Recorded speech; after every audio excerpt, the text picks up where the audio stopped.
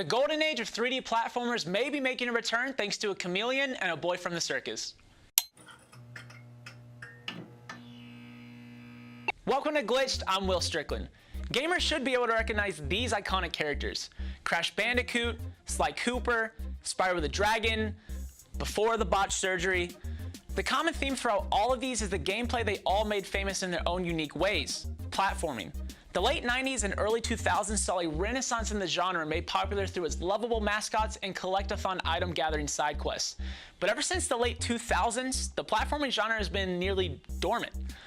There now appears to be a chance for this trend to turn back around, thanks to the soon-to-be released Yooka-Laylee from Playtonic Games and Psychonauts 2 from Double Fine, scheduled to be released in 2018. Playtonic Games is made up of ex-Rare developers who worked on the critically acclaimed Nintendo 64 platformer series Banjo-Kazooie. The first in the series was released in 1998, and the second, Banjo-Tooie, released in 2000. Save for some Game Boy games developed by THQ, Rare didn't even touch the Banjo name until 2008 when they released Banjo-Kazooie Nuts and Bolts, which was met with less than favorable responses from fans.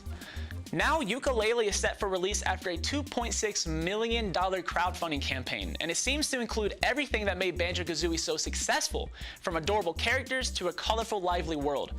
Also, I feel it's worth noting that Playtonic's fundraising goal was only about $200,000, showing just how anticipated this game is. And luckily, Yooka-Laylee isn't making this leap of faith alone. In 2015, Double Fine Studios announced a crowdfunding campaign for the long-requested sequel to their 2005 title, Psychonauts. The game has become somewhat of a cult classic thanks to its witty dialogue and unique gameplay mechanics. While cult classic may imply a small following, the campaign exceeded its goal of $3.3 million, all but guaranteeing the game's release.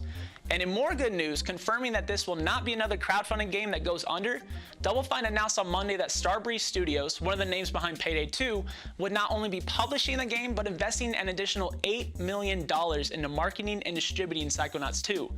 And speaking to the profitability expected of Psychonauts 2, Double Fine agreed to provide Starbreeze with 60% of the profits after release, while Double Fine will retain the rights to the franchise.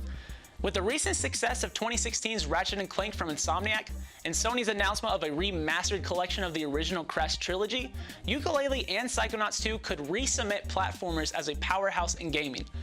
And let's be honest, would anyone really mind seeing these lovable faces? Come on.